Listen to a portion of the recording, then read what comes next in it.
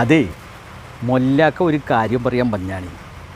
നമ്മുടെ ഈ ഭൂമിയിൽ കണ്ണുകൾ കൊണ്ട് കാണാൻ കഴിയാത്ത സൂക്ഷ്മജീവീനെ മുതൽ നമ്മുടെ കണ്ണുകൊണ്ട് കാണാൻ കഴിയുന്ന പെരുത്ത് വലിയ ജീവീനെ വരെ ഈ ഭൂമിക്ക് ആവശ്യമുണ്ട്. പക്ഷേ ഭൂമിക്ക് ആവശ്യമില്ലാത്തൊരു ജീവി ഉണ്ടെങ്കിൽ അത് മനുഷ്യന്മാരായിട്ടുള്ള നമ്മളാണ് കേട്ടോ. അതാണല്ലോ ഓരോ വർഷം ചെല്ലും തോറും വെള്ളപ്പൊക്കം, ഉരുൾപൊട്ടൽ, പ്രളയം, പേമാരി, നിപ്പ, സാർസ്, കൊറോണ ഇങ്ങനെയുള്ള വ്യാധികളൊക്കെ ആയിട്ട് മനുഷ്യന്മാരെ ഈ ഭൂമിയിൽ നിന്ന് തുടച്ച് നീക്കണത്. ഇപ്പോൾ കാര്യം മനസ്സിലായില്ലേ?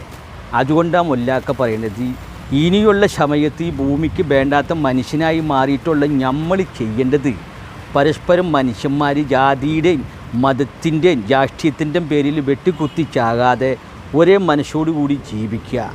അതിൽ കൂടുതൽ നമുക്കൊന്നും പറയാനില്ല. മനുഷ്യന്മാരല്ലേ പുള്ളേ.